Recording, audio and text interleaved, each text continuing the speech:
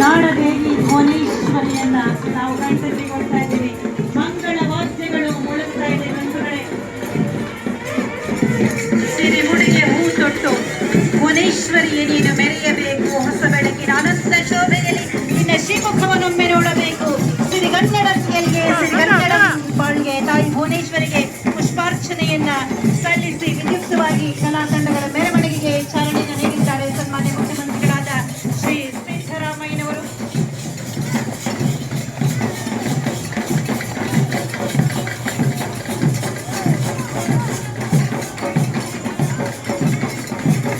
ಇದಾದ ನಂತರ 20 ನಿಮಿಷಗಳು ನೃತ್ಯ ರೂಪಕ ಇರುತ್ತೆ. ನೀವೆಲ್ಲರೂ ಅದನ್ನ ಕಣ್ತುಂಬಿಕೊಳ್ಳಬೇಕು.